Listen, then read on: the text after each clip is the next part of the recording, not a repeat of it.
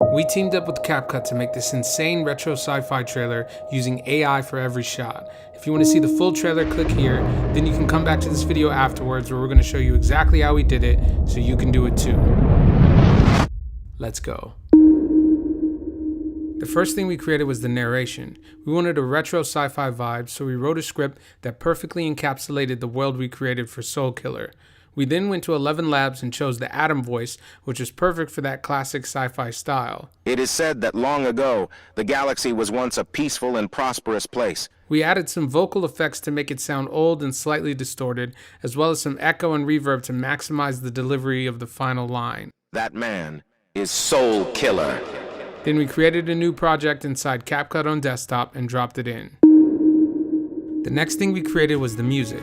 We almost always make the music before we do anything else, especially with trailers, because we often use it as the backbone of the entire thing. We wanted a piece that felt right at home between Michael Giacchino's revamped Star Trek theme from the 2009 reboot and other retro 60s mid-century modern pieces like the theme from Lupin III, A Woman Called Fujiko Mine. Once we had the Soul Killer theme completed, we dropped it into our timeline in CapCut so it started right after the narration. Then it was on to placeholders. Every time we do a project, we do some sort of pre-visualization, whether it's full-on previs, storyboards, animatics, or most often just placeholders. We actually edit the entire project before we start shooting, or in this case, before we created the AI-generated shots. We typically do this in two ways. One is just adding text to the timeline of what each shot is going to be, and the other is actually adding placeholder images to give us a clearer idea of what the shots will look like. You can do this by using film stills from other projects as placeholders, or you can just create a sort of moving storyboard or animatic by generating images on Midjourney and dropping those into your timeline where you want them to go. This will save you a ton of time by making sure you don't get or make shots you don't need, and it'll also help you have a crystal clear idea of what your project will look like early on so you can make adjustments as necessary before getting too deep into it. Next, it was time to create all the AI imagery. This part took the longest because we wanted every shot to be great. We hopped into Midjourney and started prompting away. There's a few example prompts down in the description if you want to try them out yourself. Many of the shots we just upscaled using Pixel Cut, but for a lot of them we wanted to widen the shots, remove things, or add things, so we brought them into Photoshop Beta to use generative fill. If you click the crop tool and extend the boundaries to any size you want your image to be, then click generate, it will create that for you with a few different options.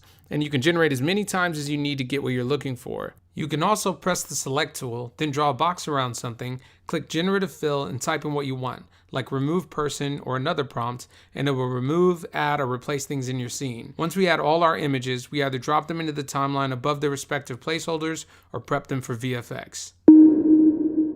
This is the main difference that really helps take the project to another level.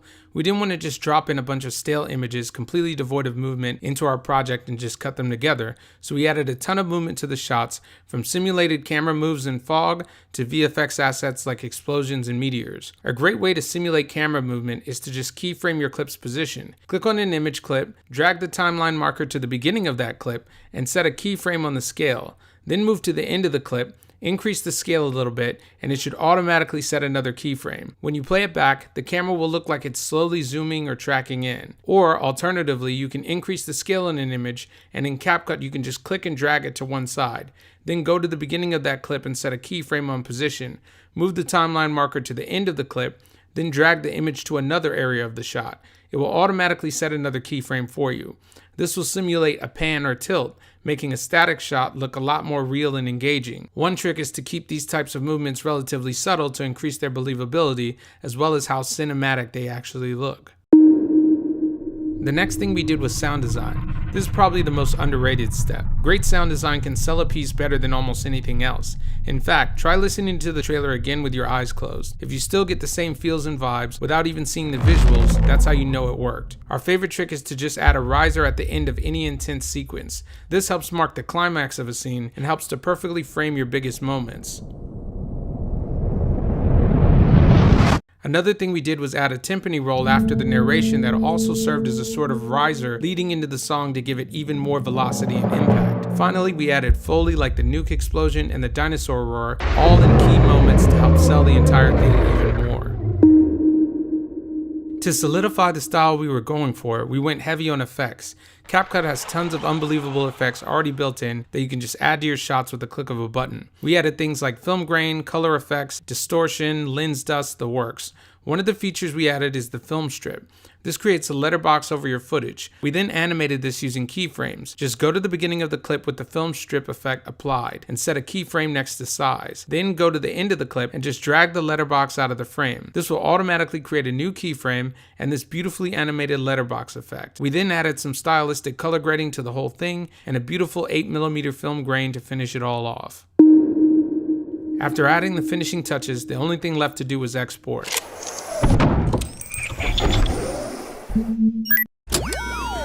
It is said that long ago, the galaxy was once a peaceful and prosperous place. Ever since the fall, it has descended into chaos. Warlords, slavers, pirates, all manner of horrors now plague these lands. A select few were chosen by the old ones for one reason, to restore You can see the order full to trailer universe. here. With CapCut and these tools, even people with no connections to big Hollywood studios can bring their ideas to life. If you want to try out CapCut for yourself, click the link in the description, and we'll see you in the next one.